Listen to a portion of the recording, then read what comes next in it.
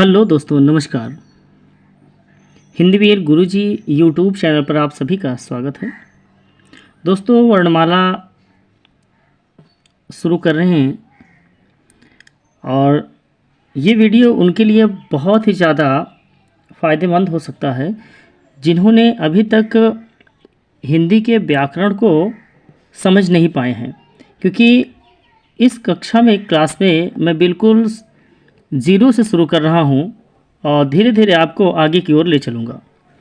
तो यदि आप UP TET, UPP, super TET और जितने भी एग्ज़ाम हैं जिसमें हिंदी के प्रश्न पूछे जाते हैं, आपको काफ़ी मददगार, काफ़ी फ़ायदेमंद साबित होंगे यदि आप वीडियो को पूरा देखेंगे।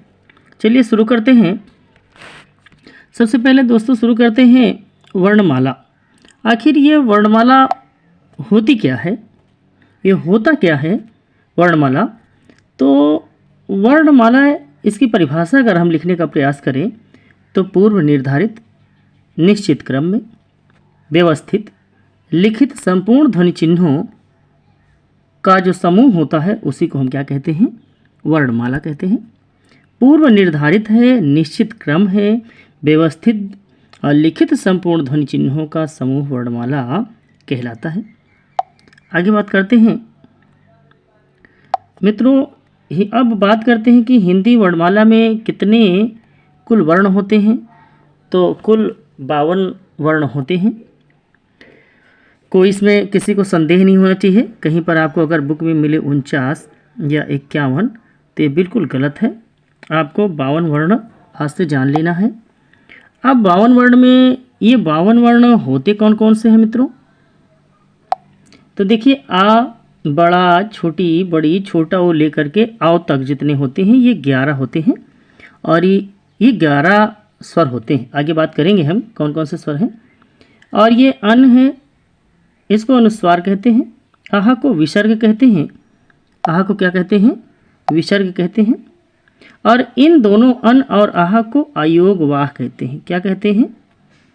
अयोग वाह। साथ साथ में आप कॉपी में अपने नोट कर सकते हैं। ये अन और आहा को अयोग वाह कहते हैं। अयोग वाह कहते किसे हैं मित्रों? अयोग, अ और योग और वाह, अ और योग, यानी ये जो अयोग्य हैं फिर भी वाह माने वहन कर रहे हैं, यानी इनकी हिंदी में प्रयोग हो रहा है। यानी कहने का मतलब यह है कि अयोग वाह हम उससे कहते हैं कि हिंदी में देखिए अन और आहा का बहुत ज़्यादा प्रयोग नहीं हो रहा है, फिर भी ये परिपाटी है, पद्धति है, अन और आहा को साथ में लेकर के चला जा रहा है, इसलिए अयोग वाह इनको कहा जाता है।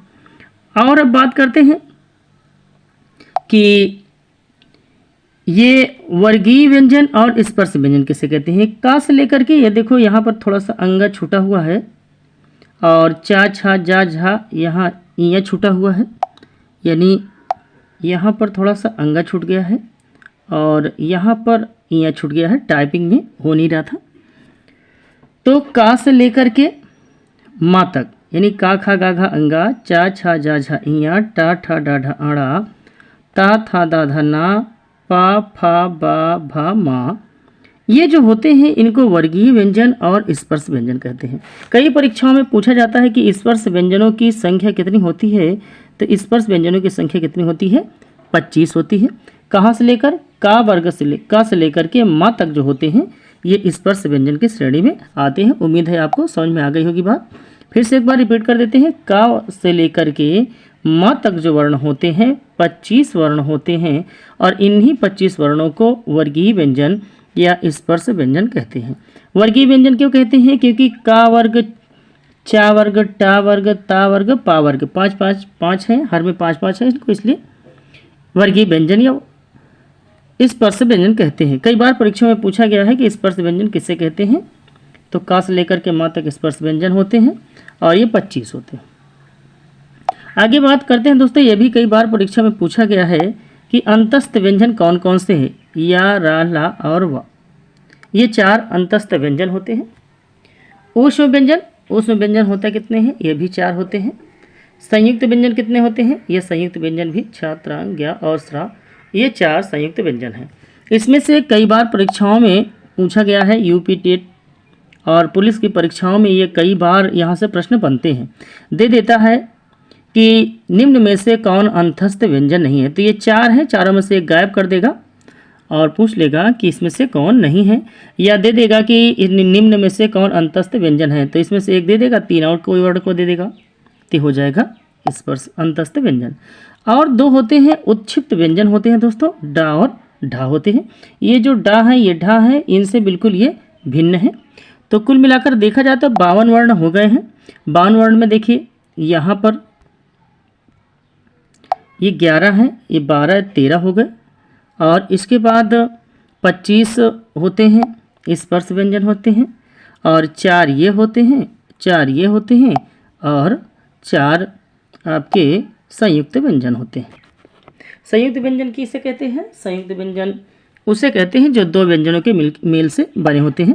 आगे हम लोग चर्चा करेंगे, जब व्यंजन पढ़ेंगे तो इसको विस्तार रूप से हम अंतस्थ व्यंजन को विस्तार से पढ़ेंगे, उसमें को विस्तार से पढ़ेंगे, संयुक्त व्यंजन से विस्तार से पढ़ेंगे। अभी हम लोग केवल जान रहे हैं कि हिंदी वर्णमाला में कुल 52 वर्ण होते हैं। आगे विस्तार से हम लोग पढ़ेंगे। अब हम लोग शुरुआत करते हैं स्वर के बारे में। उम्मीद है वीडियो आपको पसंद आ रही होगी और अच्छा लग रहा होगा। अगर वीडियो पसंद आ रही हो तो मेरे यूट्यूब चैनल हिंदी वीर गुरुजी को आप बिल्कुल सब्सक्राइब कर दीजिएगा और लाइक कर दीजिएगा। अगर हो सके तो वीडियो को शेयर भी कर दीजिएगा। इसमें कुछ लगता नहीं है, बस हमारा मोटिवेट होते हैं ताकि और ऊर्जावान होकर के और अच्छे तरीके से पढ़ाने का प्रयास करें। स्वर किसे कहते हैं? वह ध्वनि जिसका उच्चारण करते समय हवा अबाध गति से मुख से बाहर निकलने लगे, उसे क्या कहते हैं? स्वर। दूसरे शब्दों में अगर कहा जाए, स्क्रीनशॉट आप ले करके लिख सकते हैं। दूसरे अगर शब्दों में कहा जाए तो वह ध्वनि जो बिना किसी दूसरे ध्वनि या दूसरे के सहायता से बोले जाते हैं, उन्हें हम क्या कहते हैं? स्वर कहते हैं। अब ये देख लेते हैं कि स्वर आखिर ये होते कितने हैं। हिंदी में भाइयों बहनों कितने होते हैं? स्वर 11 होते हैं यूट्यूब परिवार के मित्रों। और ये स्वर कौन कौन से? आ, बड़ा, छोटी, बड़ी, ऋषि, उ, ए, और से लेकर के आह तक ये क्या होते हैं? स्वर होते हैं। और मैंने अभी चर्चा किया था कि ये जो आ होता है अन, और ये होता है आहा, ये स्वर की श्रेणी में नहीं होता है। अन को इनको अनुस्वार कहते हैं, आहा को विसर्ग कहते हैं। तो स्वरों की संख्या मात्र आ से लेकर के अव तक होती है। ये 11 स्वर होते हैं। अब आगे बात करते हैं मुख में जिह्वा के आधार पर स्वर के भेद। एक देखो अग्रस्वर होता है, एक मध्य स्वर होता है और पश्च स्वर होता है।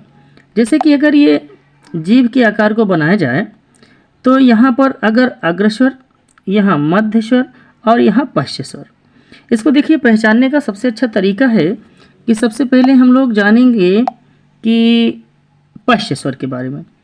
पश्च स्वर यहाँ पे थोड़ा सा रॉन्ग लिखा हुआ, आधा सा होगा। पश्च स्वर में जो यहाँ पर मध्य, यहाँ पर अग्र और यहाँ पर पश्च। अब अगर सबसे पहले मध्य को देखें, मध्य में छोटा आ जाता है। मध्य में क्या आ जाता है? छोटा आ जाता है। पश्च में क्या आ जाता है? जो 3 की तरह बने, जैसे ये की तरह। तो इस तरीके से देखो, ये बन रहा है, ये बन रहा है, ये बन रहा है, ये बन रहा है, ये बन रहा है। ये 5 वर्ण है। एक अंग्रेजी का भी एक वर्ण ऐसे भी बनता है, ऐसे करके। तो इस प्रकार से ये पश्च वर्ण होते हैं। पश्च वर्ण पहचाना सीख गए, जो 3 की तरह बनता है। छोटा को छोड़ दिया जाए तो 3 की तरह बनता है, ऐसे करके जिसमें भी बनता है। तो देखिए इसी से ओ भी बन जाता है, औ भी बन जाता है, छोटा ओ बन जाता है, बड़ा ऊ भी बन जाता है और बड़ा बन जाता है। ये सब हो जाते हैं आपके पश्च स्वर हो जाते हैं। मध्य स्वर हमने बताया जो बीच में है, छोटा है। बाकी जितने बचते हैं वो सब क्या है? अग्रस्वर हैं। पहचानने में आपको थोड़ा सा आसानी होगी। अब हम लोग आगे बात करते हैं जिह्वा की ऊंचाई के आधार पर। अगर बात करें जिह्वा की ऊंचाई के आधार पर भी 4 भागों में बांटा गया है। विवृत स्वर, अर्धविवृत स्वर, संवृत स्वर और अर्धसंवृत स्वर। विवृत में बड़ा आ आता है, अर्धविवृत में आ, ए और औ आता है, संवृत में ई, उ और औ आता है, और अर्ध संवृत में क्या आता है? ए आता है और ओ आता है। और अगर बात किया जाए स्वर के विषय में तो हर्ष स्वर एक आता है। कौन सा? हर्ष स्वर आता है। एक आता है दीर्घ स्वर भी कहा जाता है। हर्ष स्वर में कौन आता है? छोटा, छोटी, छोटा ऊ और ऋषि आता है। दीर्घ स्वर की अगर बात किया जाए, ये देखिए 4 होते हैं, बाकी इसमें जितने बच जाते हैं 7 बचते हैं, ये सातों क्या आ जाते हैं? दीर्घ स्वर हो जाते हैं। एक अगर स्वर को और देखा जाए तो एक प्लुत स्वर होता है। कौन सा होता है? प्लुत स्वर होता है। और ये प्लुत स्वर क्या होता है? ये ऐसे करके बनता है, जैसे अगर देखा जाए तो ओम लिखा रहे कहीं पर, ऐसे ओम। लेकिन एक थोड़ा सा ध्यान देने वाली बात रहती है कि इसके ऊपर जो है लाइन नहीं खींची जाती, यहाँ पर लाइन बिल्कुल खींची नहीं जाती है। तो उम्मीद है वीडियो आपको अच्छी लगी होगी। दोस्तों अगर वीडियो आपको थोड़ा सा भी हेल्पफुल लगे तो मेरे वीडियो को ज़रूर लाइक करिएगा, ज़रूर चैनल को सब्सक्राइब करिएगा, शेयर करिएगा। अब अगले हम दूसरे भाग में लेकर के व्यंजन उपस्थित होंगे। तब तक के लिए आप सभी वीडियो को पढ़िए और मिलते हैं अगले वीडियो में। तब तक के लिए आप सभी को प्यार भरा नमस्कार।